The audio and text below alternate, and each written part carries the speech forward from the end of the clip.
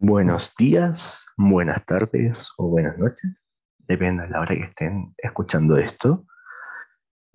Yo soy Alfonso, soy licenciado en Medicina y diplomado en Salud Pública de la Universidad de los Andes. Además, soy miembro de la Sociedad Americana de Microbiología. Y el tema que vamos a ver hoy es un tema bastante, un- no tanto, pero sí un poco controversial, pero muy frecuente en unidades de emergencia, sobre todo en hospitales de mediana a alta complejidad, donde constantemente hay actualizaciones en cuanto al manejo, en cuanto a la monitorización, en cuanto a los antimicrobianos que vamos a utilizar, y sí o sí, pues, como médicos se van a ver enfrentados a una sepsis o a un shock séptico y tienen que saber qué hacer, al menos el manejo inicial. Bueno, mi correo es este, infectología.chile@gmail.com. Por cualquier duda, material que deseen, ustedes me pueden escribir, no hay problema. Comencemos. Bueno, lo que vamos a ver son algunas generalidades muy generales sobre de lo que vamos a hablar, que es sepsis y shock séptico. Vamos a ver algo que es muy importante, que son las definiciones, porque las definiciones han ido cambiando a lo largo del tiempo. Desde el año 1991 hasta el 2016 han pasado distintos consensos, sepsis 1, sepsis 2, sepsis 3, que es el que usamos actualmente, y también vamos a ver los criterios de disfunción orgánica que nos van a servir también para poder clasificar al paciente, ver el riesgo y la mortalidad. Vamos a ver algunos aspectos fisiopatológicos que, si bien no es el objetivo de esta clase, es muy importante que los entiendan para que también entiendan el por qué están dejando determinada terapia. ¿Por qué le voy a dejar, no sé, a un paciente que no responde a volumen, noradrenalina? Y no le voy a dejar, no sé, dobutamina de entrada. ¿O por qué voy a usar corticoides? Que ahora en la nueva guía sale que se puede. El tema de los corticoides siempre ha sido bien controversial en sepsis y shock séptico. Vamos a ver el abordaje de diagnóstico, cómo vamos a abordar a un paciente con sospecha de sepsis o shock séptico, cuando ustedes estén como médicos generales en urgencias, o en hospital, incluso en unidades de paciente crítico, tienen que saber cómo abordarlo inicialmente en cuanto al diagnóstico y cómo lo vamos a manejar. Y vamos a finalizar con un caso clínico a modo de integrar todos estos conocimientos que vamos a adquirir acá y los vamos a concluir en un caso clínico. Entonces, comenzando con las generalidades, en términos generales, bueno, les pido disculpas, estoy un poco resfriado, no es COVID. En términos generales, en condiciones normales, el organismo, y esto es normal durante todo el día, estamos expuestos a distintas noxas, ya sean orgánicas o no orgánicas, y microorganismos. Y el organismo es capaz de mantener un equilibrio entre la respuesta inflamatoria y la respuesta antiinflamatoria. Es decir, entre la síntesis y secreción de citoquinas preinflamatorias y de citoquinas antiinflamatorias. Eso se mantiene en equilibrio. Pero ¿qué es lo que pasa en la sepsis? Que se pierde esta autorregulación y se produce una respuesta inflamatoria excesiva ante una infección.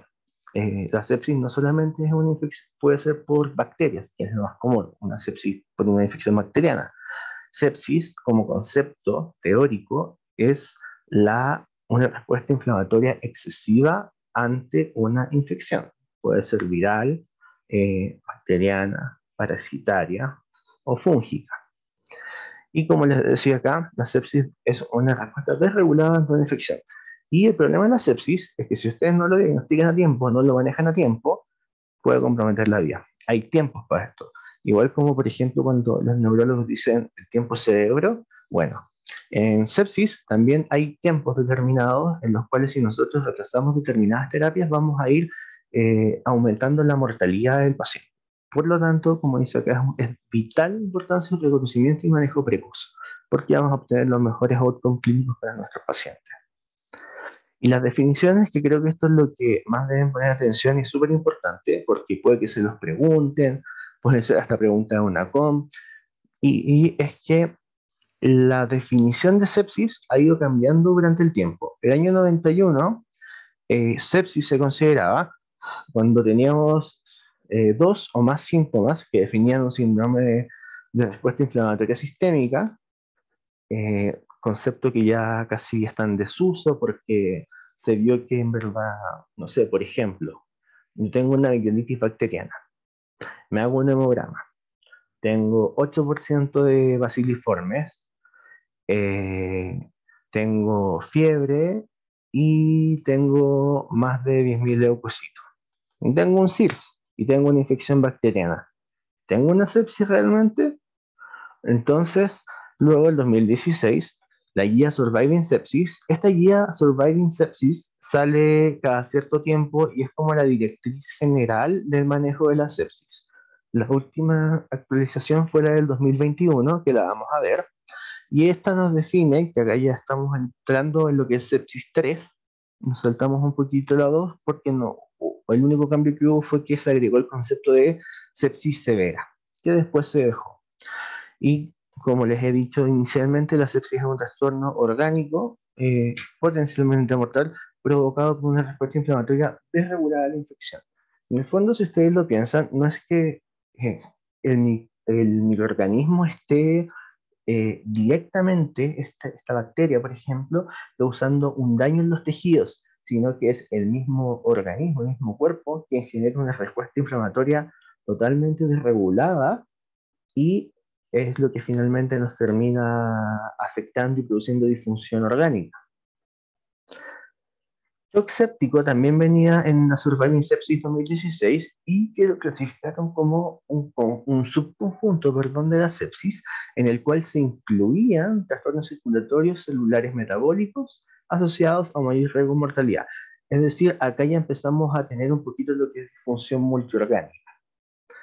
Y el Journal American Medicine Association del 2016 también sacó un paper muy bueno en el que ellos sostienen que el shock séptico es sepsis con hipotensión sostenida y requiere vasopresores para mantener una presión arterial media mayor de 65 y que además al tomarle ácido láctico al paciente va a ser mayor a 2 milimol-litros. En Chile ocupamos el ácido láctico en casi en todos lados en miligramos de cilitro. Por lo tanto, 2 milimol-litros equivalen a 18 miligramos de cilitro. El ácido láctico es un buen marcador de hipoperfusión, porque como aumenta el metabolismo anaerobio, porque hay un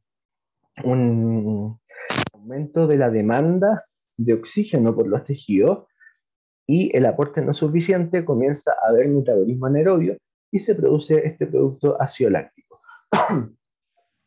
Y PCA, y estos criterios, es decir, que tengo una hipotensión sostenida, que requiere vasopresores para mantener una PAM mayor de 65, ¿cierto? Además tengo un ácido láctico mayor de 18, a pesar de que yo hice una buena resucitación con fluidos, que vamos a ver más adelante el tema de los fluidos, que también un tiempo fue súper controversial, pero ahora ya está más que estudiado y definido cuáles son, qué es lo que sirve y qué es lo que no sirve. Y el tema de disfunción multiorgánica o orgánica también se mencionó en el 2016 y es un cambio agudo, mayor o igual a 2 puntos del puntaje total de la escala SOFA. La escala SOFA es una escala que permite evaluar eh, porcentaje de riesgo de mortalidad en pacientes cursando una sepsis. Y es la que se utiliza actualmente. Entonces, de este paper me pareció súper bueno sacar esto, porque tenemos las definiciones de sepsis 2 y sepsis 3, que eran los consensos que habían. Sepsis 2 consideraba de igual modo los criterios de sepsis 1, que eran mayor o igual a 2 síntomas de un SIRS y una infección sospechada, no necesariamente confirmada. Y sepsis 3 lo que nos dice es que no, es que tenemos que tener un aumento de la escala SOFA mayor o igual a 2 puntos desde el baseline, o sea, desde el basal del paciente, que en ocasiones se desconoce, o un quick SOFA mayor o igual a 2. Esto es de sepsis 3. Ya vamos a ver bien qué pasa con el quick SOFA. y la sospecha de una infección bacteriana. La gran diferencia entre sepsis 2 y sepsis 3 es que en sepsis 2 se añadió un concepto que era la sepsis severa, que estaba como entre sepsis y shock séptico. Y era una sepsis con disfunción orgánica y un cambio en el SOFA mayor o igual a 2 puntos. En sepsis 3, este concepto de sepsis severa se eliminó y nos quedamos con shock séptico, que es una sepsis, que es los criterios que tenemos acá, y requerimiento de vasoactivos pese a que hemos resucitado con fluidos, o un ácido láctico mayor a 18 miligramos por decilitro después de la resucitación con fluidos, que eran los 2 milimol que les mencionaba. Entonces, la definición que estamos usando ahora de sepsis es la del consenso sepsis 3. Quiero entrar un poquito en la fisiopatología y acá ojalá pongan alta atención porque es la base del manejo. O sea, ustedes como médicos van a poder manejar cualquier patología, van a poder enfrentarse a cualquier caso y siempre van a llegar a un diagnóstico al menos sindromático si es que conocen bien la fisiopatología de la enfermedad. ¿Qué es lo que pasa? La sepsis, como sabemos, y ya vimos en el principio, es un problema de regulación del sistema inmune en cuanto a la respuesta inflamatoria. Entonces, lo más estudiado por lejos, y que son gran parte de la sepsis, son por microorganismos gram negativos. Y como recordarán, la pared celular de los gram negativos tiene un lipopolisacárido, que es una exotoxina. Entonces, hay muchos mecanismos por los cuales el sistema inmune reconoce estas exotoxinas y ante eso monta una respuesta inmune. El LPS, el lipopolisacárido de las bacterias gram negativas, tiene tres partes: el lípido O, el core y el lípido A. Es en el lípido A, que es la porción más distal, por decirlo de alguna manera, que es reconocida por el hospedero, y el LPS se va a fijar el LPS se fija, perdón, el lípido A se fija a una proteína fijadora de LPS y esta lo lleva y lo transfiere a una molécula de CD14, que está en la superficie de neutrófilos, macrófagos y monocitos. ¿Qué pasa después? Cuando esto está unido, ¿cierto? El lípido A al CD14 se traslada a una molécula de MD2 y esta se encuentra con un receptor TOL tipo 4, como recordarán los receptores tipo TOL o TOL-like receptor, que generan una cascada de señalización intracelular, conceptos que me imagino que están en biología celular. Entonces, este complejo que se forma entre el lípido A, la proteína fijadora y CD14 y M2 forma un complejo macromolecular que tiene capacidad de señalizar intracelularmente. ¿Qué va a pasar cuando se activa la cascada de señalización mediada por el receptor TOL tipo 4? Hace que se le unan proteínas adaptadoras. Recuerden que los receptores tipo TOL tienen un dominio externo, un dominio transmembrana y un dominio interno. Y es en este dominio interno, que lo vamos a ver en una imagen, donde se asocian o se adhieren proteínas adaptadoras que van a ser las que van a llevar a la activación de las distintas cascadas de señalización y van a provocar la inflamación. Es por esto que se provoca la inflamación. Por ejemplo, MIR88 y TRIF son dos proteínas bien importantes que se van a unir a la porción que está hacia el citosol de la célula y llevan a la activación de proteínas señalizadoras. ¿Qué va a hacer? Si se activa la vía de MID88, lo que voy a producir es que se va a activar, ¿cierto?, el gen promotor que va a sintetizar NF-κB, AP1 y IRF5. Y en el caso de TRIF, NF-κB, que es el clásico, ¿cierto?, la clásica molécula proinflamatoria, AP1 e IRF3, que acá queda muchísimo. Tenemos dos vías de señalización posibles. MID88 es una de las más comunes.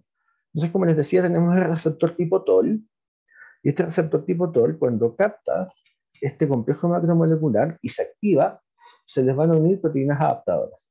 Bueno, hay otra proteína adaptadora que viene antes, que tira, no tiene mayor importancia, eh, y se añade MIR88. ¿Y qué va a ir haciendo esto? Va a ir fosforilando y activando distintas proteínas, lo que se llama señalización intracelular.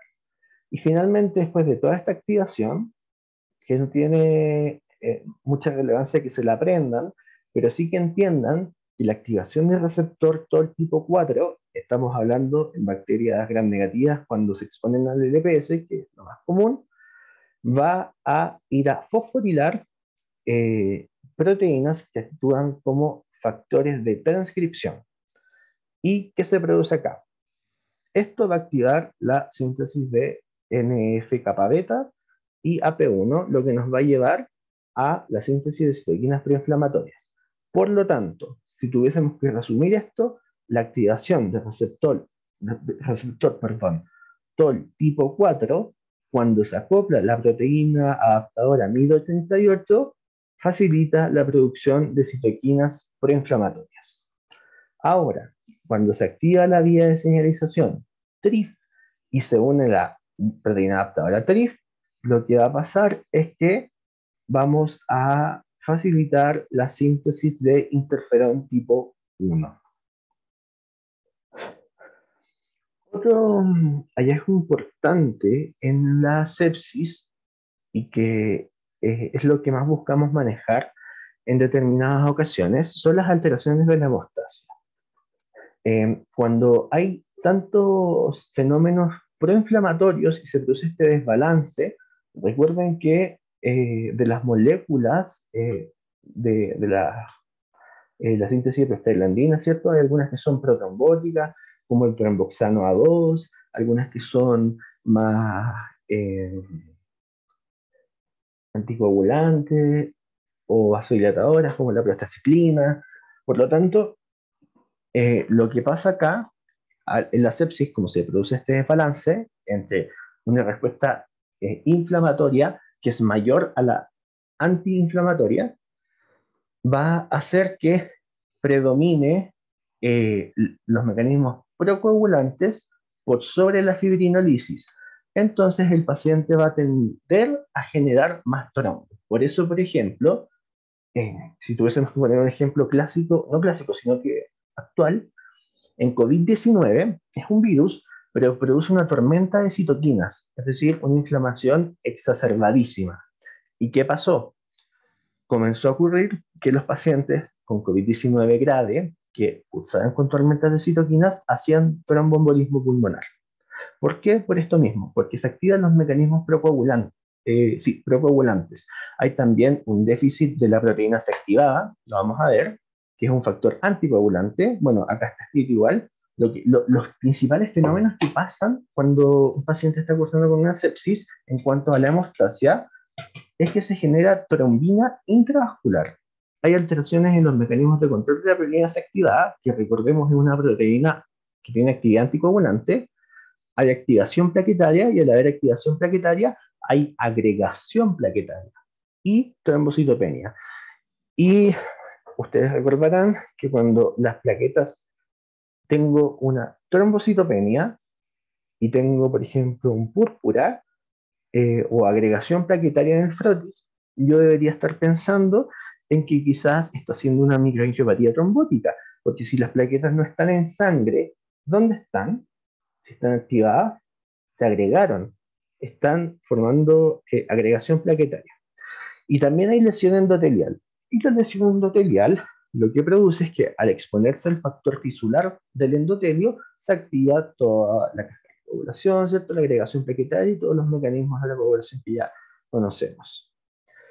¿Cómo vamos a abordar al paciente? Acá mucho ojo, porque esto es como la parte más debatible en cuanto al manejo, pero hay guías clínicas ya, evidencia de buena calidad con grado de recomendación fuerte para el abordaje diagnóstico. Primero, en la sepsis no hay signos ni síntomas patognomónicos. O sea, yo no puedo, no sé, ver un paciente así como si yo viese un paciente febril, con adenopatías retroauriculares, eh, veo cavidad oral y veo manchas de Koplik y digo, ah, esto es sarampión. No pasa en sepsis, pero sí hay signos que nos orientan. Si un paciente está febril o hipotérmico, ojo, la sepsis puede dar fiebre o puede dar hipotermia, cualquiera de las dos. Tenemos leucocitosis y me creo tener un poquito de leucocitosis porque muchas veces dicen, no, tiene leucocitosis con desviación izquierda, porque tienen los segmentados, ¿cierto?, elevados. La desviación izquierda, por definición, es el aumento mayor a un 4% de los baciliformes, que son células más inmaduras en ese linaje, en el linaje mieloide. Porque claro, el paciente puede tener muchos segmentados, pero si no tiene más del 4% baciliformes, no es una desviación izquierda. Aunque claro, muchos métodos automatizados que se hace hoy día actualmente, contadores hematológicos no cuentan los baciliformes y hay que hacer un frotis. No le hacen frotis a todos. Uno asume que sí, no hasta es que tenga una desviación izquierda. Pero el término más correcto es que la desviación izquierda es un aumento de los baciliformes o de líneas inmaduras mayor a un 4%. Taquicardia, súper importante.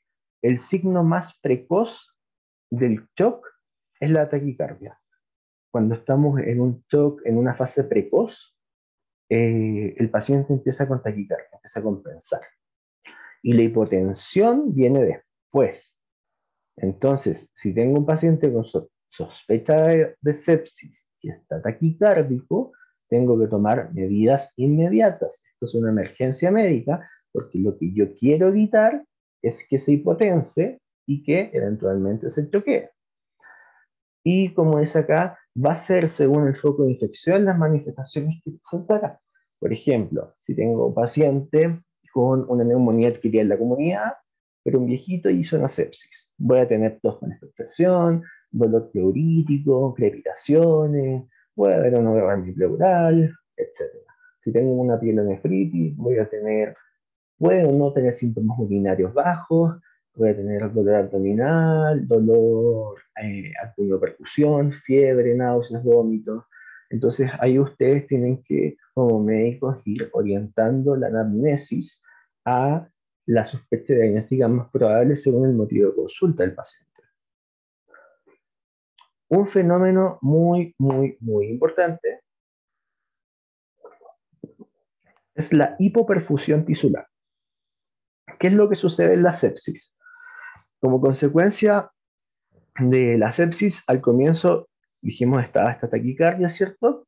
Pero cuando ya se superan estos mecanismos, comienza una vasodilatación. La sepsis tiene una fase que es hiperdinámica en un comienzo, donde el paciente se ve eh, como rodicundo, como si estuviesen, entre comillas, muy bien perfundido, que es la fase eh, más precoz de la sepsis, una fase hiperdinámica. Pero luego, si esto eh, sigue empeorando, se produce una mala distribución del volumen efectivo circulante. Ojo, no lo confundan con el volumen extracelular, sino con el volumen efectivo circulante, que es el que está en sangre, intraluminal, o sea, dentro de los vasos. Y esto va a llevar finalmente a alteraciones de la microcirculación. Y es en las alteraciones de la microcirculación, cuando hay un deterioro de la microcirculación, que se produce la hipoperfusión tisular, que es lo que termina dañando los tejidos y produciendo finalmente la disfunción orgánica.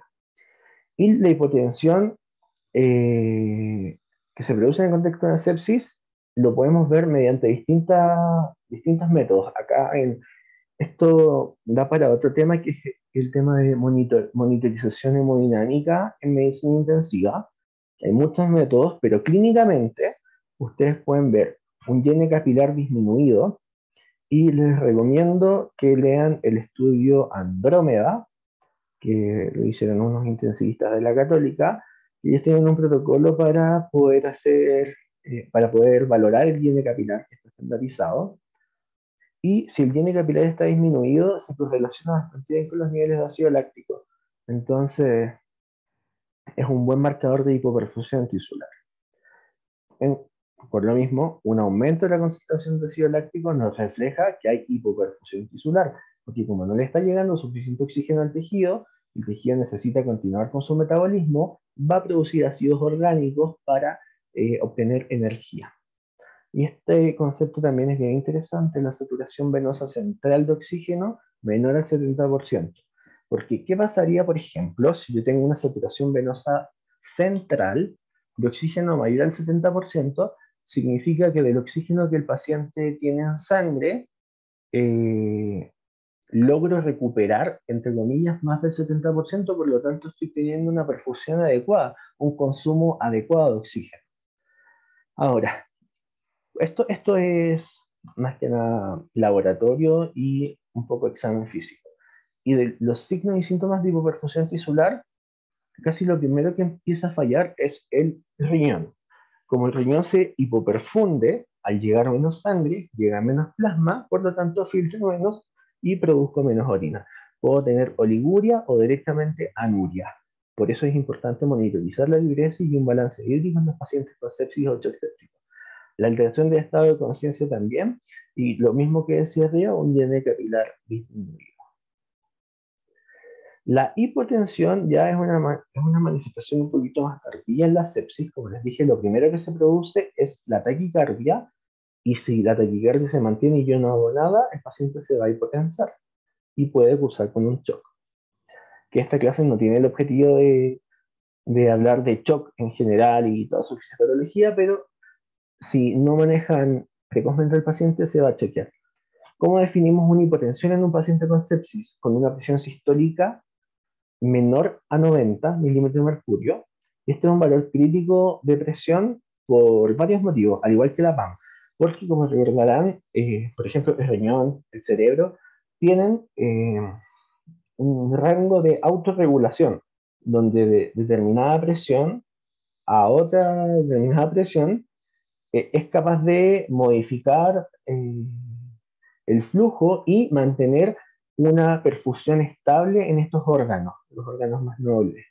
Pero cuando la presión es demasiado baja, se pierde esta autorregulación y directamente hipoperfundo el tejido y comienzo con todas las alteraciones de hipoperfusión y de daño orgánico. Entonces, la hipotensión lo que va a traer como consecuencia es una hipoperfusión tisular, obviamente, una disminución del flujo sanguíneo cerebral, por eso se produce el compromiso de conciencia, y una disminución del gasto cardíaco. Y les había mencionado lo de la disfunción orgánica. ¿Qué definimos como disfunción orgánica? Es la disfunción aguda, ojo, aguda, de uno o más órganos. Y estas pueden darse en distintos órganos, distintos sistemas, distintos aparatos, y hay criterios para definir cuando un órgano está disfuncionando. Por ejemplo, en el aspecto cardiovascular, lo que habíamos hablado de una presión sistólica menor o igual a 90, o una presión arterial media menor o igual a 65, pero no aleatorio, sino que durante una hora pese yo haber administrado fluidos y o que requiera drogas vasoactivas para poder mantener rangos de presión normales o en valores no críticos. En cuanto al aspecto respiratorio, una PAFI menor, igual a, o sea, menor a 300, este concepto antiguamente se llamaba Acute Lung Injury, injuria pulmonar aguda. Eso se sacó y hoy día solo hablamos de distrés leve, moderado o severo con los criterios de Berlín. Y obviamente si el paciente requiere ventilación mecánica es porque su órgano no está funcionando. En cuanto al aspecto renal, una diuresis menor a 0,5 ml/kg, pese a que yo he administrado fluidoterapia, también es un indicador de que tengo difusión orgánica a nivel renal, porque el paciente significa que no está filtrando el fluido que le estoy administrando y está teniendo un balance hídrico positivo. Y eso es por netamente una hipoperfusión por vasodilatación sistémica y vasoplegia. Y también un aumento del doble de los niveles de la CREA basal o una CREA mayor o igual a 2 miligramos por decilitro. Lo hematológico también es súper llamativo y es bien peligroso, porque los pacientes con sepsis, cuando empiezan a evolucionar un shock séptico, pueden hacer lo que se llama una coagulación intravascular diseminada. Entonces, si yo tengo unas plaquetas menor a 100.000 en el contexto de una sepsis, puedo hablar que hay una disfunción orgánica hematológica. O bien, si tenía unas plaquetas de entrada y disminuyeron a la mitad de mi primer control, también hablo de disfunción hematológica. El INR, cuando es mayor a 1,5, ojo, en pacientes sin terapia anticoagulante, obviamente, también estamos hablando de disfunción orgánica. El INR y el tiempo de pretermina son equivalentes. La verdad es que este se calcula en base a como una solución estándar, porque es el índice estandarizado del tiempo de trombina. Pero un índice mayor de 1,5 nos habla de disfunción orgánica hematológica.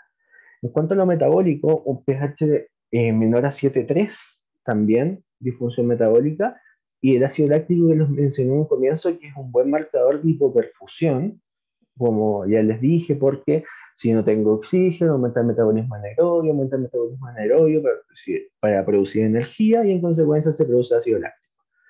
Y en Chile manejamos el tema en miligramos de cilitro. 18 es el punto de corte.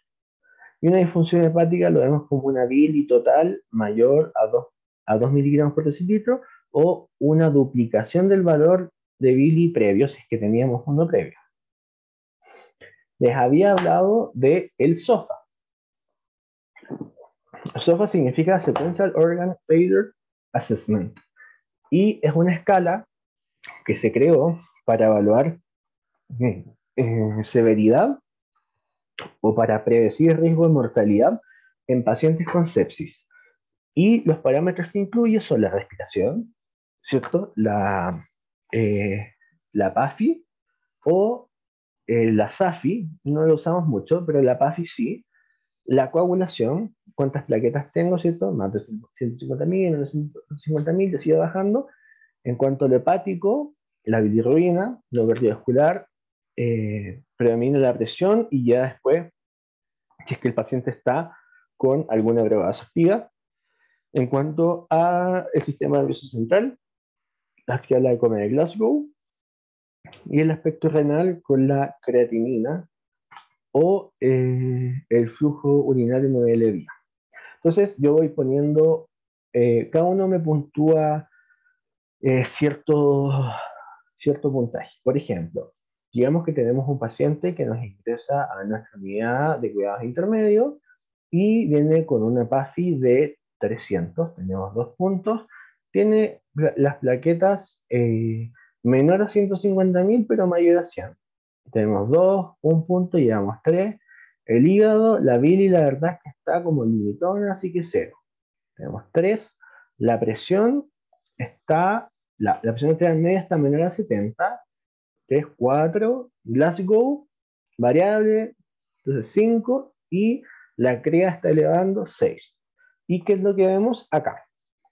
Entonces, estos son los valores de el SOFA y el porcentaje de mortalidad asociado a cada valor. El paciente dio 6, la verdad es que tiene menos de un 10% de mortalidad, pero ya cuando esto se va elevando, va obviamente empeorando. Y esto es súper importante. Quick SOFA. No sé si han escuchado del Quick SOFA, que es una escala, es como el SOFA rápido, para salir de la duda, que consideraba la presión, la frecuencia respiratoria y el Glasgow. La última guía, Surviving Sepsis, del 2021, recomienda no usar Quick SOFA en comparación con los criterios de SIRS, incluso MUSE o MUSE, que son otros criterios de alerta eh, para un tamizaje precoz de los pacientes que puedan requerir cuidados intensivos. No lo recomiendo utilizar como herramienta única, o sea, sí lo pueden usar, pero no se pueden basar en tomar una decisión clínica solamente basados en el QuickSoft. Eso sí que no. Y bueno, nos llegó este paciente, por ejemplo, a la urgencia. ¿Qué exámenes le vamos a pedir? El hemograma con la VHS, hoy en el hemograma que nos va a interesar ver, los leucocitos, ¿cierto? ¿Cuántos leucocitos tiene? ¿Tiene leucocitosis o tiene leucopenia? Que pueden ser ambas. O sea, me refiero a que pueden pasar las dos situaciones. ¿Qué líneas están alteradas? tengo trombocitopenia, eh, tengo aumento de los segmentados, hay series inmaduras como baciliformes. La proteína C reactiva, que en verdad es un reactante de fase aguda un poquito más inespecífico, pero que también nos sirve para poder guiarnos cuando hay una disminución de la PCR a medida vamos tratando. Cuando hay sepsis o shock séptico, la verdad es que la PCR se eleva mucho. Y ojo, ojo, mucho ojo acá. Algunos laboratorios informan la PCR en miligramos decilitro y otros lo informan en miligramos litro. Entonces no va a pasar que alguna vez me pasó que me dijeron, no, el paciente está con una PCR de 120. Y dije, pero chuta, eso es como enorme. Y claro, era 120 miligramos litro. Y en mi laboratorio donde estaba en mi centro, utilizábamos miligramos decilitro, que en el fondo era dividir por 10. Igual era alto, pero no era 100. Entonces, fíjense bien en las unidades.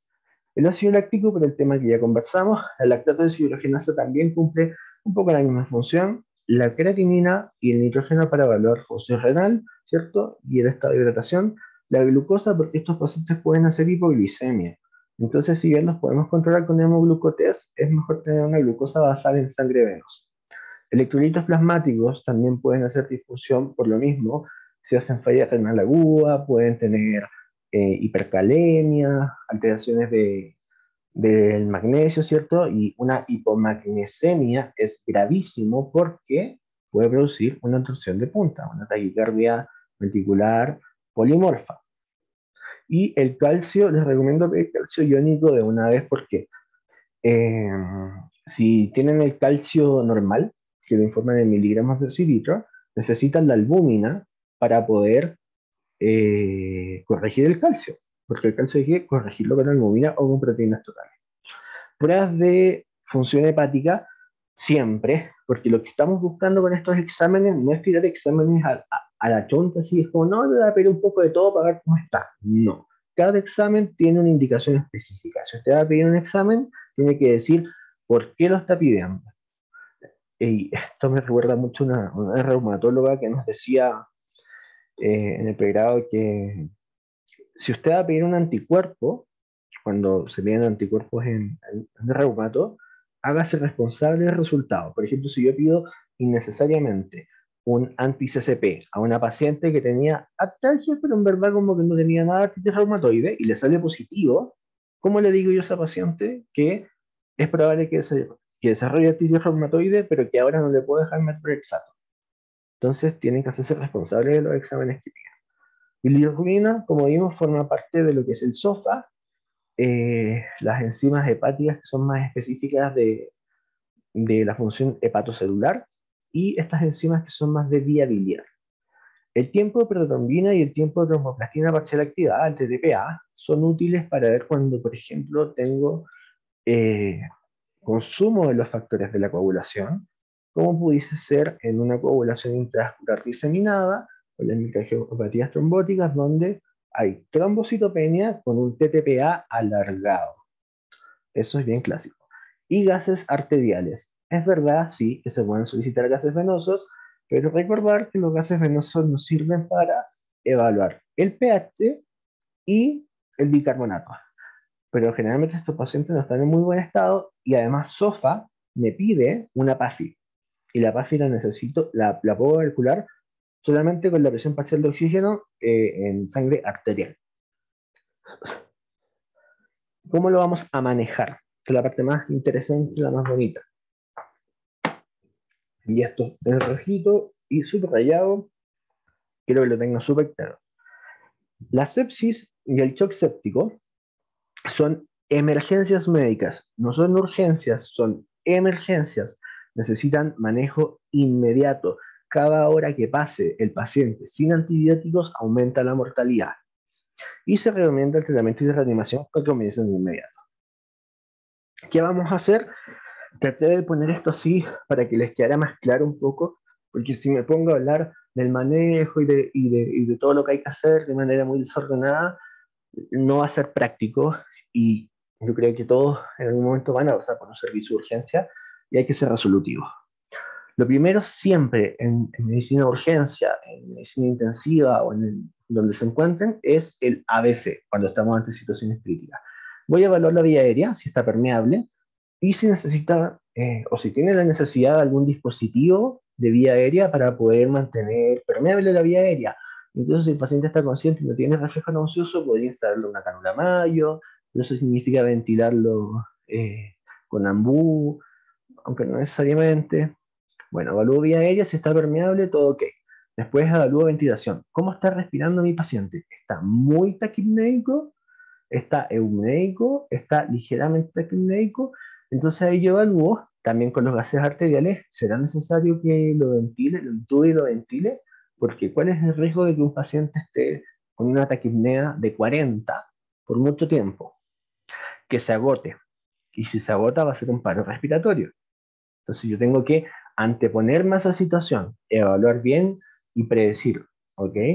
Probablemente este paciente sí vaya a intubación y intubarlo y ventilarlo precozmente antes de que haga el paro. La circulación, súper importante. Como les dije al comienzo, el shock séptico comienza con una fase hiperdinámica que después se vuelve, donde hay taquicardia, ¿cierto?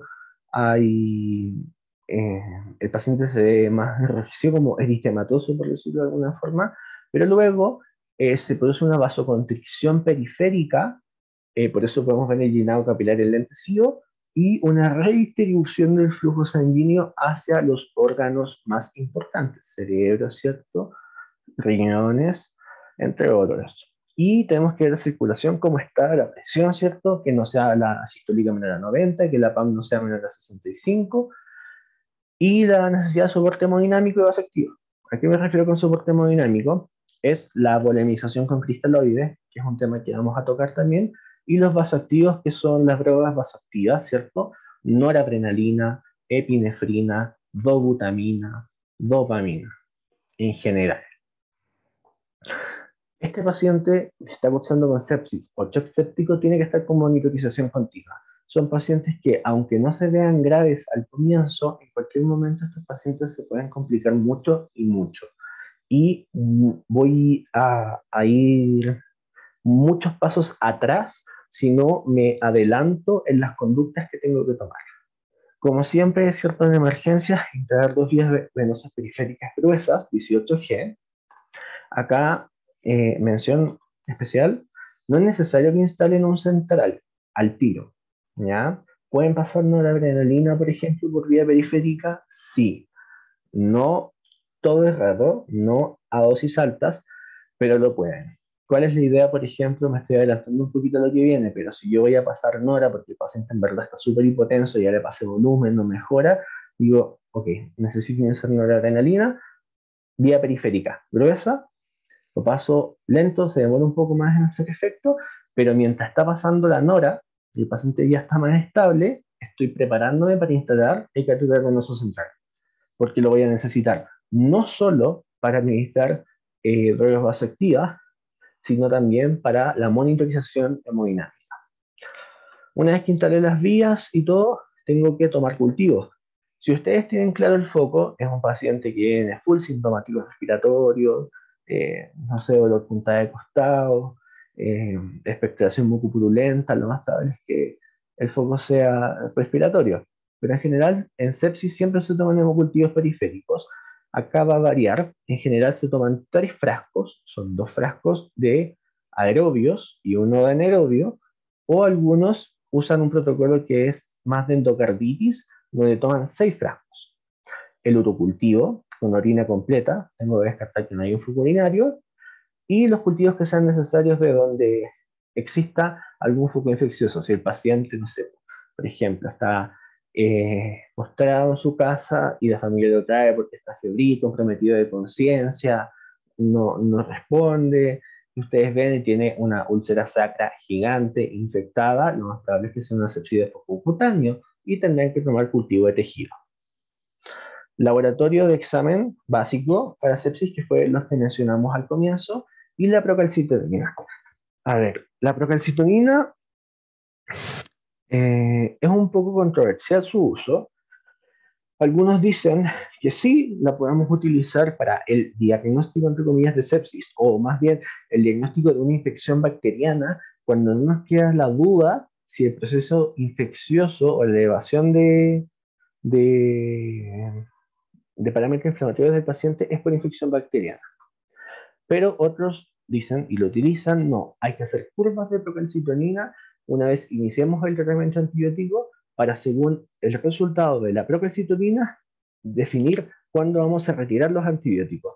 Si en un paciente no me queda muy claro que está séptico, pero tengo la sospecha, solicito una procalcitonina, no hay problema. Si la procalcitonina sale elevada, el punto de corte es 0,5, si me sale, no sé, en 2, por ejemplo, claramente hay una infección bacteriana ahí y voy a iniciar mi tratamiento antibiótico empírico. Eso nos permite tomar una conducta. O sea, porque el hemocultivo se va a demorar. La procalcitonina me va a ayudar a saber si es bacteriano o no. Aunque en otras patologías puede elevarse, pero en menor cantidad. Yo creo que la procalcitonina más elevada que he visto ha sido en 67 por ahí. Y créanme que son pacientes que se ven mal, mal, mal, muy sépticos. Acá también súper especial, que eh, controversial, por eso les decía al comienzo que este es un tema súper como, sí, si bien está la guía Surviving Sepsis, hay muchos internistas que no están de acuerdo, intensivistas que tampoco, y eh, ambos tienen un poco de razón, tanto los que hacen la guía como los médicos que ven este tipo de pacientes. Surviving Sepsis nos dice que tenemos que administrar de cristaloides. Cristaloides son todos aquellos fluidos que no sean coloides. Por ejemplo, los cristaloides son el suero fisiológico, al 0,9%, no sé, el suero glucosalino, el lactato Ringer, el acetato Ringer, y los más caros, entre comillas, pero que son mucho más balanceados, el Plasmalite y el isofundin. ¿A qué me refiero con un cristaloide balanceado?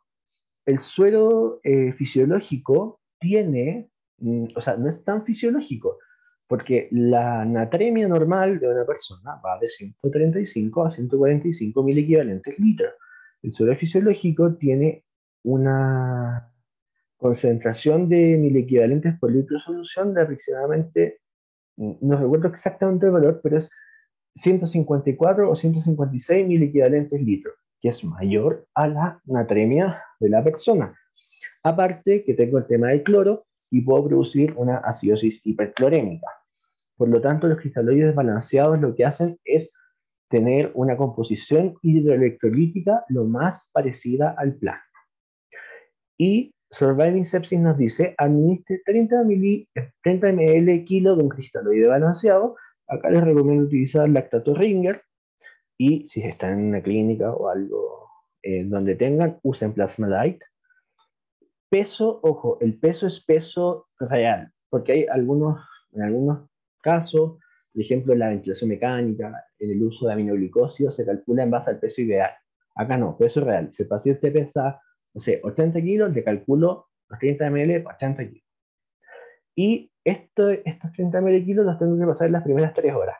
¿Por qué les decía que esto era controversial? Porque a veces por querer pasarlo rápido o querer elevar la presión del paciente, sobrecargamos de volumen al paciente. Y eso produce edema pulmonar eh, y se va a complicar más. Incluso una sobrecarga de volumen aumenta la mortalidad. Por lo tanto, hay que ser cautelosos con el volumen. 30 ml kilo puede estar bien, pero hay que irlo titulando también. O sea, si ustedes les van a estar administrando volumen al paciente, por último, vayan ocultándolo cada cierto tiempo para ver que no hayan crepitaciones, vean las yugulares, vean que no haya signos congestivos. ¿Ya? Algunos intensivistas les gusta administrar máximo 1,5 litros el de reanimación inicial rápido y luego ya en el ingreso UCI terminan de administrar el resto del volumen total para 30 ml kilo. Eso varía mucho, los estudios todavía son un poquito heterogéneos, pero es lo que nos dice la guía sobre sepsis. Y obvio, si le estoy administrando volumen y además quiero ver que no haya disfunción orgánica a nivel renal, tengo que instalar una sonda Foley. ¿Para qué? Para hacer balance hídrico. ¿Qué significa esto? Que en la sonda Foley, cada cierta cantidad de tiempo, pues, incluso puede ser cada 1 hora, cada 4 horas, cada 6 horas, la paramédico lo que va a hacer es, en la bolsa recolectora, medir cuántos ml de orina produjo el paciente y nosotros vemos en el tiempo, no sé, por ejemplo, en las últimas 4 horas produjo 300 ml de orina. Y así voy sumando y saco cuántos ml kilo hora el paciente está produciendo de orina. Porque recuerden que uno de los criterios de disfunción es que si tengo una diuresis menor a 0,5 ml kilo hora. La idea es poder tener una diuresis mayor a eso.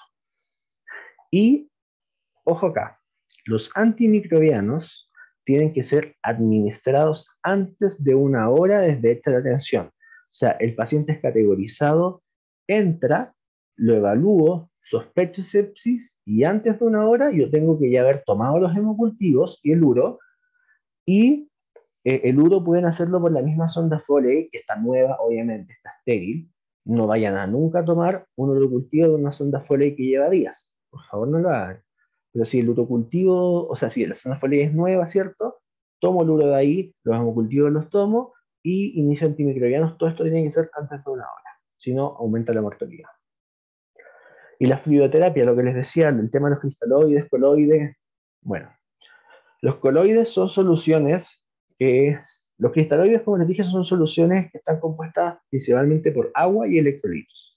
Y los coloides son soluciones que están compuestas principalmente por moléculas que tienden a tener una alta presión oncótica o retienen agua.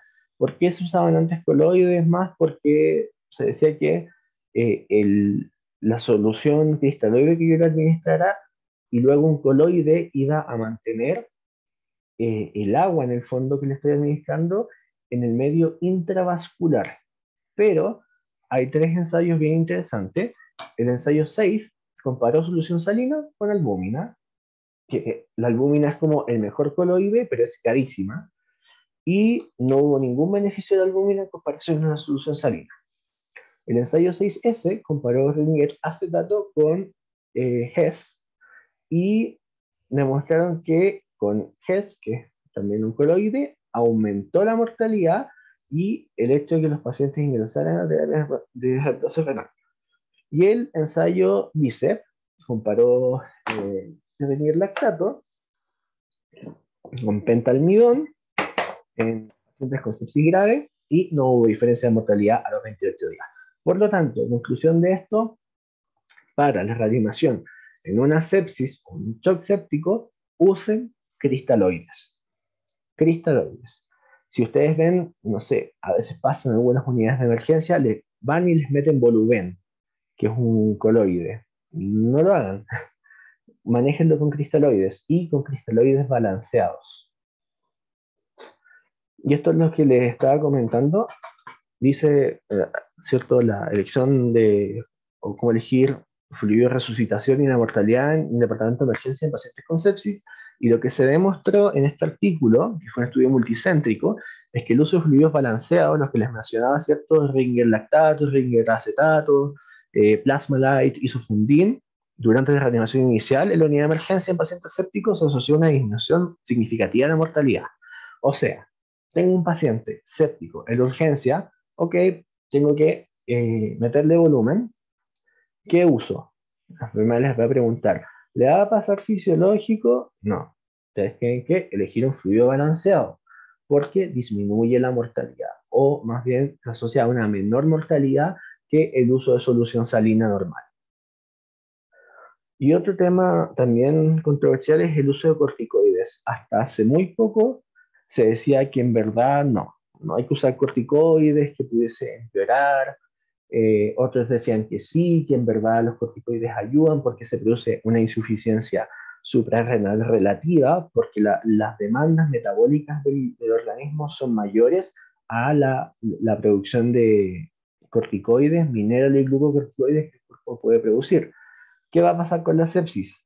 Va a producir inflamación, disfunción endotelial e hipoglicemia. Y los glucocorticoides van a tener un efecto antiinflamatorio, van a mejorar la difusión endotelial y van a aumentar la glicemia, obviamente.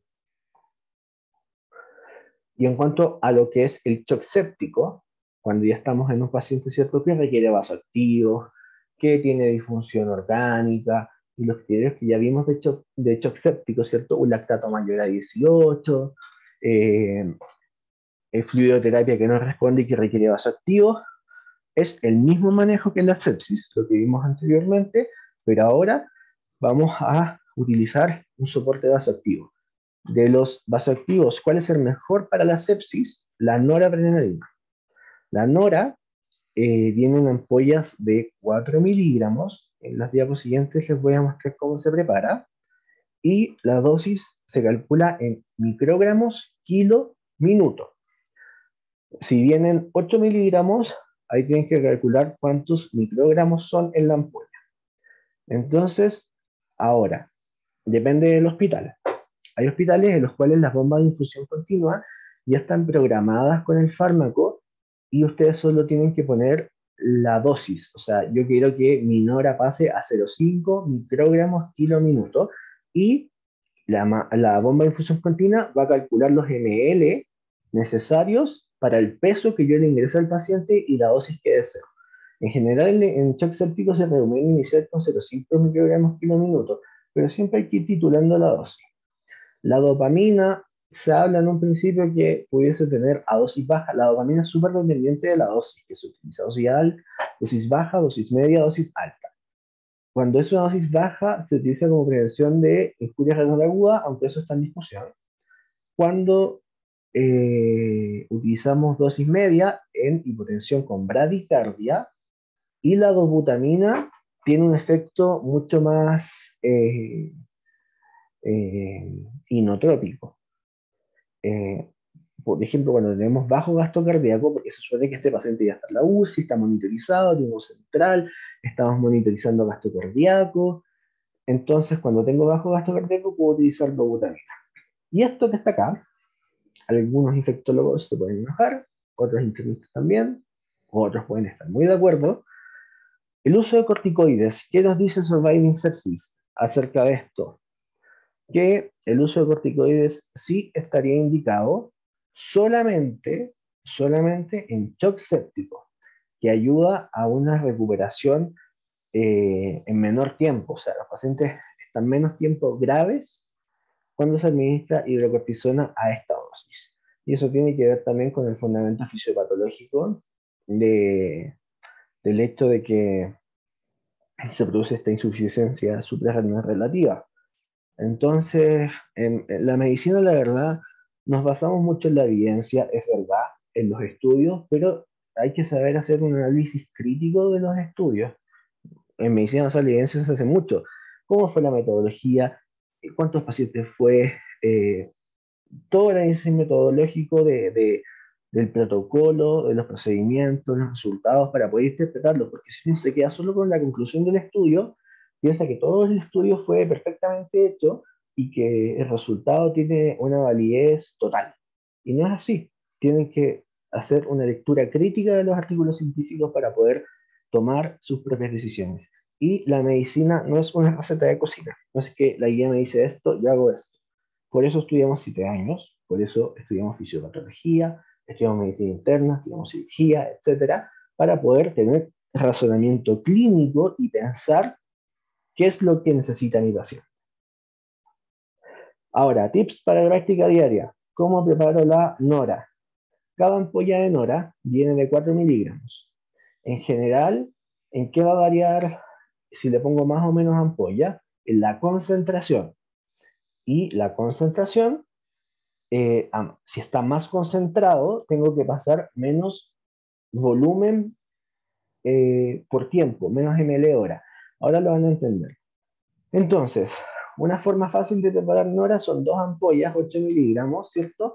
En 250 ml de suero glucosado, ojo, suero glucosado, y esto me queda a una concentración, la solución, ¿cierto? Mis 2 ampollas de nora de 4 miligramos en 250 de glucosado, la solución final tiene una concentración de 32 microgramos por ml. Entonces, como dijimos que las dosis eran microgramo kilo hora, ahí yo voy a calcular cuántos ml hora necesito para alcanzar la meta, o sea, la dosis que quiero. No sé, si quiero 0,5 microgramos kilo hora, lo puedo calcular en base a la concentración final de la solución. Puedo ponerle 3 ampollas, me aumenta a 12 miligramos, también siempre en 250 y me queda 48 microgramos por ml. Voy a necesitar entonces menos volumen para infundir. ¿Y esto por qué es importante? Porque si, por ejemplo, está muy diluida la noradrenalina, se me va a acabar muy rápido el matraz de 250. Voy a estarlo cambiando a cada rato, entonces mejor se puede hacer más concentrada y pasarla a una velocidad de infusión menor. Y esta es la dosis como un poquito más alta, usamos 4 ampollas de Nora, nos da 16 miligramos en total, lo ponemos en 250 y la concentración final de la noradrenalina va a quedar en 64 microgramos por ml. Y siempre calcular la velocidad de infusión según el peso, a menos que en su hospital las bombas de infusión continua ya estén configuradas y usted solo tenga que poner el peso, la dosis y la bomba calculará los ml hora o ml minuto. Y esto, si no, tienes que calcularlo y además la noradrenalina no es una droga que se deje así como, ok, lo dejo 0,5 microgramos kilo minuto, me voy. No, hay que estar pendientes de la presión, ¿cierto? Controles signos vitales, porque se titula, como si el paciente se está poniendo muy hipertenso, tengo que bajarle a la bomba de Nora. Si está muy hipotenso, quizás deba subirle, pero ahí tengo que evaluar otras causas de hipotensión. ¿Estará hipovolémico? ¿Estará perdiendo sangre? Entonces, siempre hay que verlo todo en el contexto en el que nos encontramos. Esta es una tabla, bueno, es un Excel que hice alguna vez, como les dije, al comienzo de la presentación está mi correo abajo. Me pueden escribir si quieren que les comparte esta tabla. Es bastante útil cuando no tenemos precisamente bombas configuradas ya preestablecidas con el fármaco y solo hay que poner el peso. Por ejemplo, acá diluí 16 miligramos de noradrenalina en 250 ml. Me quedó 64 microgramos por ml. Entonces, un paciente de 70 kilos que yo quiero iniciar, no sé, a 0,5 microgramos kilo minuto, me voy a la tabla, 70 kilos, ¿cierto? 0,5, tengo que pasarlo a 33 ml hora, es harto. Puedo partir con la dosis más baja, 0,05. Digo 70, 0,05, tengo que partir a 3,3 ml hora. Y así, siempre y cuando esté en esta concentración. Yo lo tengo, este Excel hecho en hora para 12 miligramos y para 8 miligramos. Ahí ustedes ven cuál más les conviene y no tengo problema en compartírselos y que lo puedan utilizar, porque nunca está de más tenerlo en vez de estar calculando en el momento de la urgencia, la emergencia, haciendo los cálculos. Y lo más importante, ¿cierto? La terapia antimicrobiana, porque tenemos que tratar la infección. O sea, le dimos soporte vital inicial al paciente, lo reanimamos y ahora viene lo importante. ¿Cómo vamos a tratar esta infección? Como les dije, el uso de antimicrobianos tiene que ser dentro de la primera hora, una vez hecha la primera atención. Ahora, el esquema antimicrobiano va a variar según el foco del cual provenga o sea más probable la infección. Si tengo un foco urinario, eh, va a ser muy distinto a si tengo un foco pulmonar, por ejemplo. Y acá igual un paréntesis, en el caso de la sepsis de foco pulmonar, traten de evitar las fluoroquinolonas de tercera y cuarta generación, me refiero a levo y moxifloxacino, porque, como ustedes sabrán, levo y moxifloxacino son terapia de segunda línea para la TBC, y no sabemos si los pacientes tienen TBC latente o no, y no queremos hacer resistente a la TBC porque después no, o sea, hay con qué tratarla, pero es mucho más complejo. Entonces, algunos esquemas que son bastante racionales cuando tenemos una sepsis sin foco es el uso de piperacilina con tazobactam. La piperacilina es una ureidopenicilina con actividad antiseudomónica. Ojo, ¿por qué estos esquemas y no, por ejemplo, ceftriaxona? Por favor, eviten la ceftriaxona. de verdad, no la usen. O úsenla cuando esté indicada. Y si está indicada, traten de utilizar cefotaxima. La piperacilina tiene actividad antipseudomónica porque, como les estaba comentando, de los betalactámicos, no todos tienen actividad contra pseudomonas aeruginosa. Por ejemplo, solamente de las cefalosporinas tienen actividad antipseudomónica, de las más utilizadas, ceftazidima y cefepime. Y de los carbapenémicos, solamente imipenem y meropenem. Ertapenem no tiene actividad contra pseudomonas. Entonces, piptazo lo puedo usar, tazobactam es un inhibidor de beta-lactamasas y se usa de esta forma: 4,5 gramos cada 6 horas, lo venoso, a pasar en VIC en 4 horas. Súper importante que les recalque en esto de personas de enfermería los tiempos de infusión, porque si no, la farmacocinética que está establecida para este medicamento no va a hacer efecto y en el fondo estoy dejando un tratamiento que está bien indicado, pero está mal administrado. El meropenem, un carbapenémico, ¿cierto? Con actividad contra pseudomonas de amplio espectro, 1 a 2 gramos cada 8 horas. 2 gramos la dosis máxima, cuando ya estamos con resistencia a mero, intermedio, se puede utilizar. Ahora, ¿por qué utilizamos antibióticos de tan amplio espectro? Porque, en primer lugar, el paciente está grave y lo que queremos es salvarle la vida, ¿cierto? Y no sabemos qué microorganismo tiene. No tenemos antecedentes si el paciente ha estado en contacto con establecimientos de salud.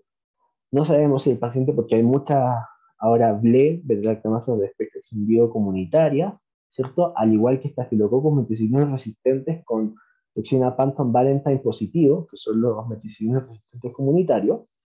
Por lo tanto, siempre tienen que empezar con un esquema de amplio espectro, potente, pero esto, como le mencionaba previamente, ustedes inician el tratamiento antibiótico una vez ya han tomado los cultivos. Este paciente obviamente va a quedar hospitalizado. Entonces ya le tomaron todos los cultivos que tenían que tomarle, le iniciaron, no sé, mero y esperan el cultivo. Según el resultado del cultivo, ustedes van a desescalar. Resulta que le dejé mero, pero es una ble. Bueno, puedo desescalar a piperacilina con tazobactam, que cubre ble. Ahora, imagínense, es más sensible todavía. Solamente tiene unas cefalosporinasas que destruyen cefadroxilo y hasta cefuroxima de segunda. Puedo utilizar cefotaxima, por ejemplo, o mantener piptazo. Depende de la severidad del paciente. Y cuando tenga sospecha de infección por gram positivos, tengo que asociarle a estos, que son principalmente para gram negativos, vancomicina. También tengo que cubrir con un amplio espectro el tema de la banco, porque, primero, los estafilococos meticilino resistentes comunitarios han aumentado. Segundo, eh, en gran parte de las ocasiones el cultivo es positivo para un Staphylococcus coagulasa negativo, de los cuales hay muchas especies. Y los coagulasa negativos en su mayoría son resistentes a oxacilina, lo que significa que son meticilinos resistentes. Entonces, la banco, ¿cómo se usa? Por favor, no hagan esto de que hacen en muchos lados de dejar, no, vancomicina 2 gramos de carga y después 1 gramo cada 12 y me voy, me olvido, lo dejo ahí eterno. No, la banco, todos los antimicrobianos particularmente, eh, es súper importante la farmacocinética del medicamento, porque de eso depende si nuestra terapia va a ser efectiva o no. La banco se utiliza con una dosis de carga de 30 miligramos kilo y la dosis de carga máximo pueden ser 3 gramos. Si el paciente pesa más y me da una dosis de más de 3 gramos, lo dejo solamente en 3 gramos. Y luego paso a una dosis de 15 a 20 miligramos kilo cada 8 a 12 horas. Pero esta es mi dosis con las cuales voy a empezar. Normalmente se toman niveles plasmáticos de vancomicina, que es lo que hay que hacer. Después de 4 días medios de vancomicina, ya llego al estado estacionario, ¿cierto? Y los niveles de banco deberían ser entre 15 a 20 microgramos por ml. Pero no siempre los niveles plasmáticos se correlacionan con el modelo PKPD, que lo deben haber visto en la clase de terapéutica antimicrobiana, donde analizamos los modelos PKPD, ¿cierto? Pharmacokinetics, Pharmacodynamics, donde me dice que mi área bajo la curva en 24 horas del antibiótico, dividido en la SIM del microorganismo, tiene que dar un valor entre 400 y 600.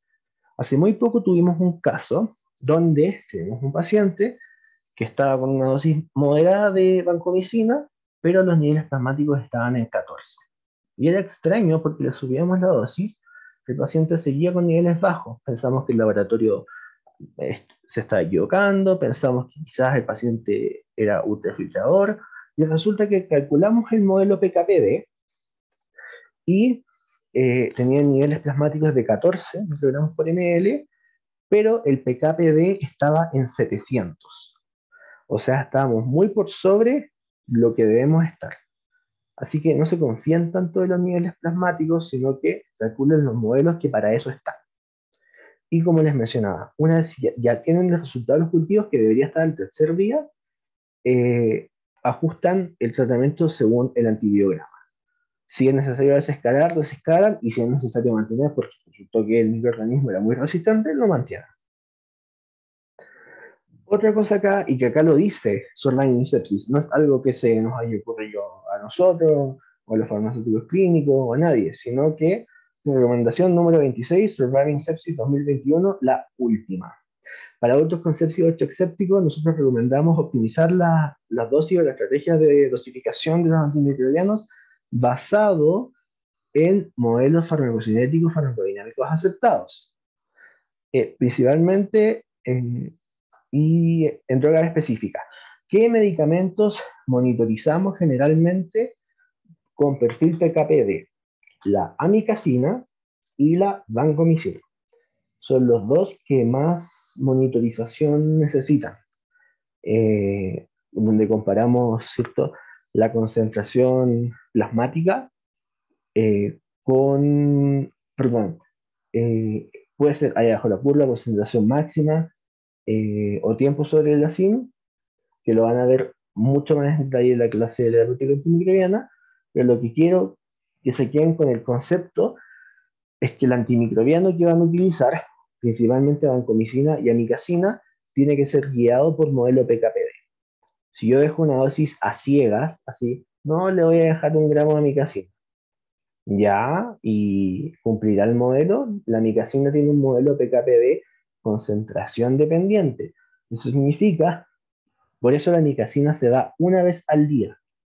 Si ustedes ven que alguien está dando amicacina cada 8 horas, bueno, cada 12 en algunas ocasiones se puede, eso no es adecuado, ¿ya? ¿Por qué? Porque el modelo PKPD de la amicacina dice que necesito alcanzar una concentración plasmática de amicacina de 10 a 12 veces sobre la concentración mínima inhibitoria de amicacina para el microorganismo al que me estoy enfrentando. Por ejemplo, tengo una Escherichia coli en vía urinaria, una pielo, y la coli tiene una SIM, una concentración mínima inhibitoria, de 2 microgramos por ml.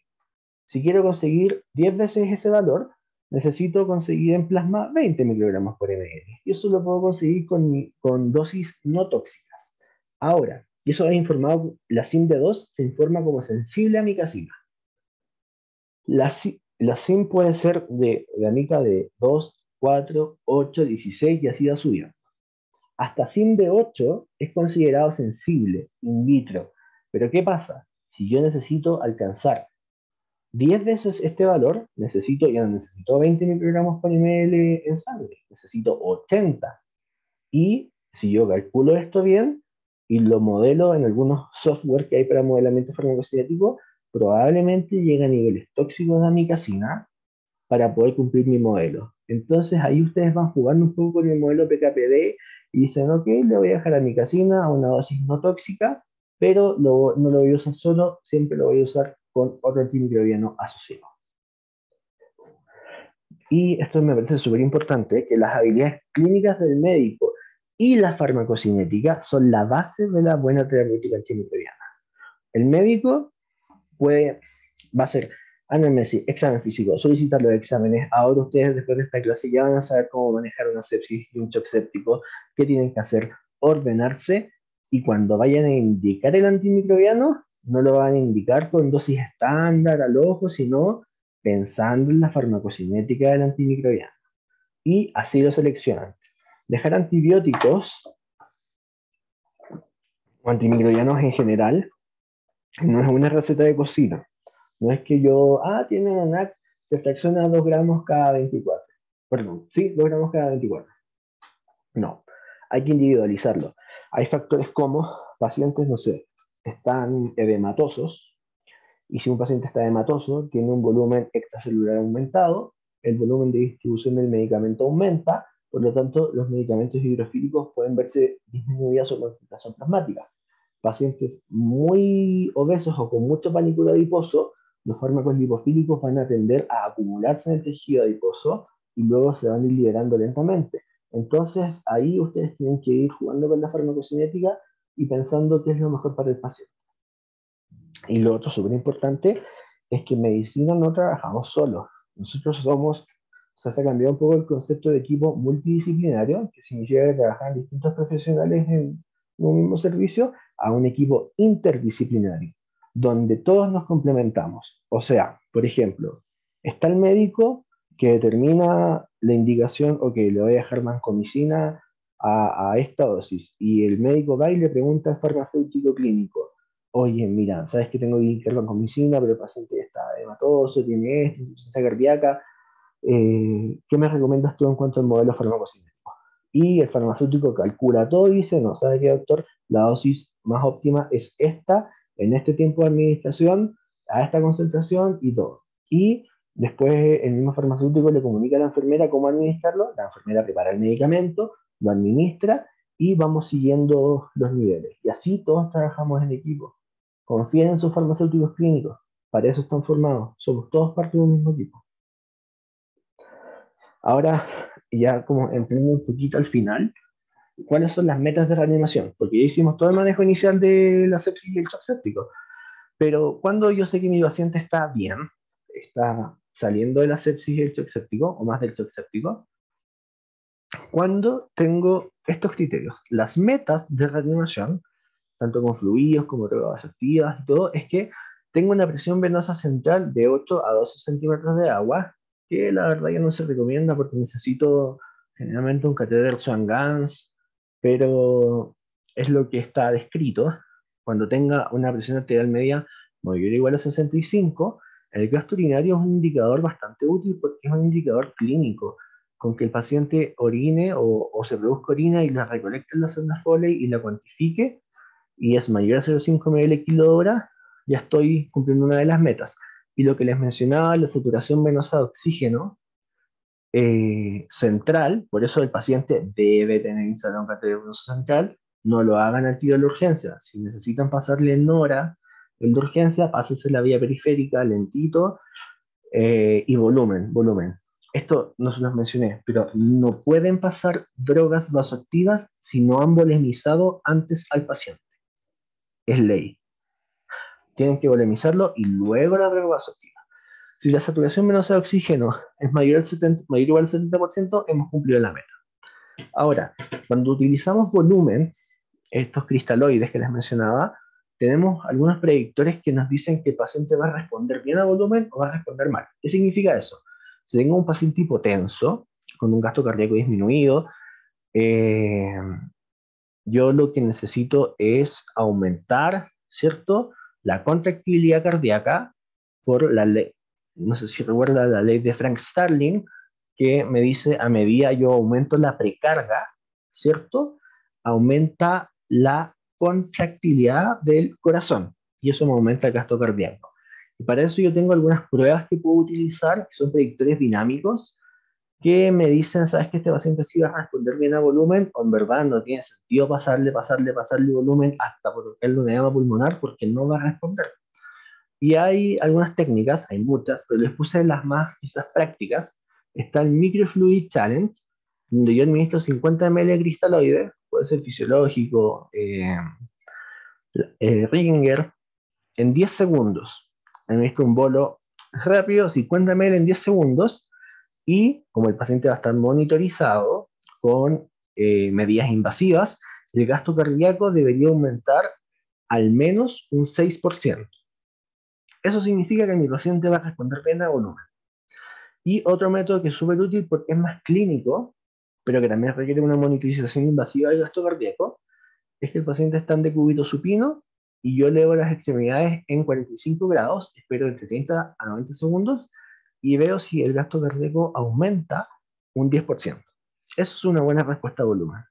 Y acá es fácil porque no le tengo que administrar nada, solamente tengo que elevar las piernas y la sola elevación de las extremidades inferiores en 45 grados va a provocar que la sangre del territorio principalmente venoso de extremidades inferiores y abdomen se movilice, son aproximadamente 300 ml que se movilizan, van a aumentar, ¿cierto?, la distensibilidad de la fibra miocárdica y va a aumentar la contractibilidad. Les recomiendo y les sugiero que lean sobre la ley de Frank Starling si es que no la conocen, pero hay algunos esquemas e imágenes muy, muy explicativos. Y vamos con el caso clínico. Bueno, ¿qué pasó acá? Tenemos un paciente de sexo masculino, 57 años de edad, tiene antecedentes de diabetes mellitus 2, usa insulina y es hipertenso.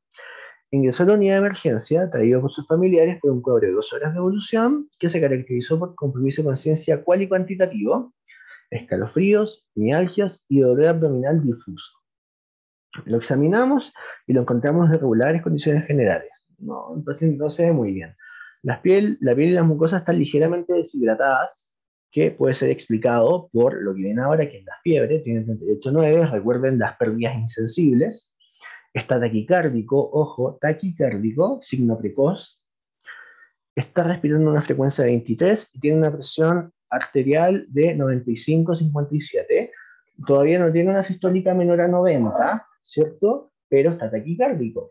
O sea, estamos como en este periodo, entre comillas, de ventana, donde podemos hacer un manejo activo para evitar que se choquee. Y el lleno capilar está al límite. O sea, todavía no se vasocontrae periféricamente, sino que estamos justo a tiempo. El examen cardiopulmonar está normal, el abdomen está blando, depresible, está doloroso en el flanco derecho y le realizamos puño de percusión y está muy positiva derecha. Cuando el puño de percusión está positivo, ustedes se van a dar cuenta que el paciente le duele mucho. Retira esa parte de la espalda, aunque lo haga muy despacito, le va a doler mucho. Ese es un puño de percusión positivo. No pegarle fuerte hasta que le duela, sino que un solo golpe en su mano, obviamente pone su mano, golpea en su mano para que pase esta vibración, esta onda. Cuando presenta mucho dolor, una fase álgica, retiran al dolor, es un puño de percusión positivo. Entonces, nos vamos a preguntar, hasta el momento, solamente con anamnesis y examen físico, ¿qué hipótesis diagnóstica nos planteamos? Pues vamos un poquito.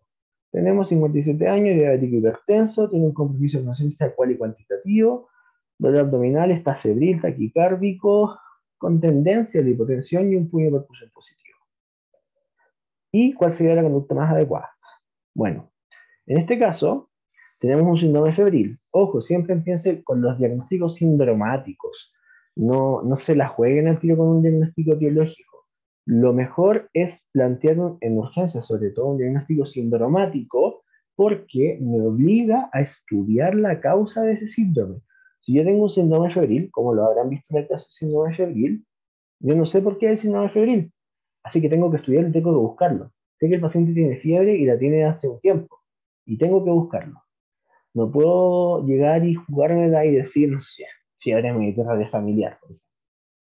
Y una observación que si bien los diagnósticos de OPS, de observaciones, no se deberían utilizar, acá sí se justifica porque es muy sugerente de una sepsis de foco urinario, porque hay compromiso de conciencia cual y cuantitativo, está taquicárdico, está febril, eh, y tiene puño de percusión positivo. Clínicamente parece una pielonefritis aguda, pero necesitamos los cultivos, obviamente.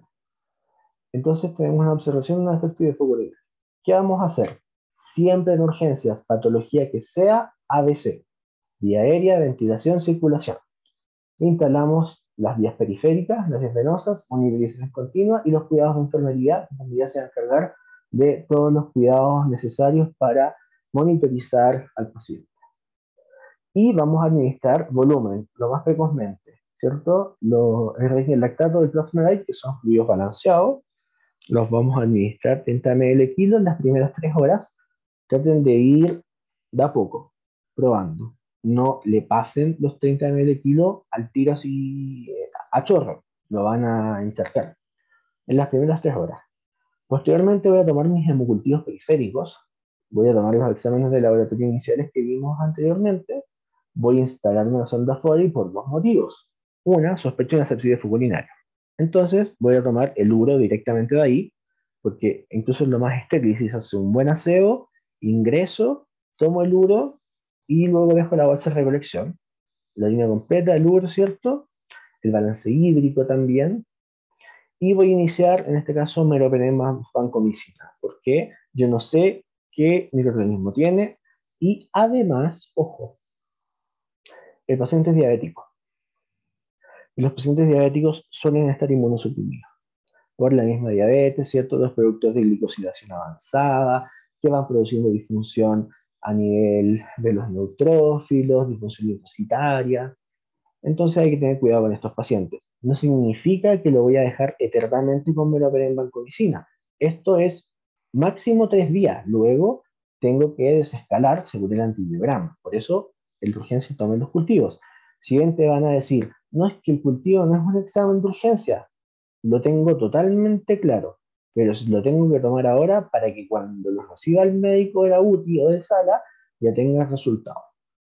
Y esto se tiene que iniciar dentro de la primera hora, si no aumente la mortalidad. Y luego que le he administrado fluidos, tengo que reevaluar la respuesta a fluidos. Ha mejorado la presión, ha mejorado la perfusión, el paciente se ve mejor, hay que estar reevaluando constantemente. Eso es lo que hay que hacer ante una sepsis, por ejemplo, urinaria. Y un consejo para la vida, ya terminamos, pero nunca tengan miedo de preguntar. O sea, no tengan vergüenza así como, pucha, yo no sé esto, qué vergüenza preguntarle algo si es como que uno piensa que es tan básico. Y no es tan así. Si no están seguros de algo, contacten a algún colega especialista, siempre hay algún amigo que esté haciendo una beca, o alguien que conozca, algún doctor, al residente de la UCI, o al médico más experimentado que sepa del tema, para que los oriente. No sean temerarios en sus conductas clínicas, terapéuticas. No empiecen a ponerse creativos tampoco. Una llamada puede salvar una vida. Si yo no sé qué hacer con este paciente o un paciente un poco más complejo, bueno, llamaré al infectólogo o a otro infectólogo y le pediré ayuda a ver qué puedo hacer. Puede que estemos de acuerdo en la misma conducta y perfecto, no estaba tan equivocado, pero puede que él me diga, no sabes qué, mejor tienes que hacer esto o tienes que hospitalizarlo directamente en la UCI. Entonces, siempre, como decía un gran maestro mío, la, eh, la soberbia mata más que la ignorancia. No tengan miedo a preguntar. Acá todos somos un equipo, todos nos apoyamos, nadie trabaja solo y es súper importante tener un buen ambiente de trabajo. Yo creo que por lejos, por muy complejo que sea el servicio de la unidad en la que se desempeñan, un buen ambiente laboral mejora sustancialmente los outcomes de los pacientes. Eso sería por mi parte. En cuanto a sepsis y shock séptico, me gustaría poderme haber extendido un poquito más en ciertos conceptos, pero acá se empiezan a mezclar conceptos de infectología con conceptos de medicina intensiva. Entonces, no me quise desviar mucho de lo que es netamente infectológico. Y recuerden, ojo con las fluoroquinolonas, que son segunda línea de terapia para la tuberculosis. No abusen de las fluoroquinolonas, por favor. Hacer persona, intenten usar ceforaxima y vean la clase de terapéutica antimicrobiana donde hablamos de modelos PKPD para que puedan entender mejor lo que hemos hablado en esta clase. Así que mucho éxito, chicos, y nos vemos en la siguiente clase.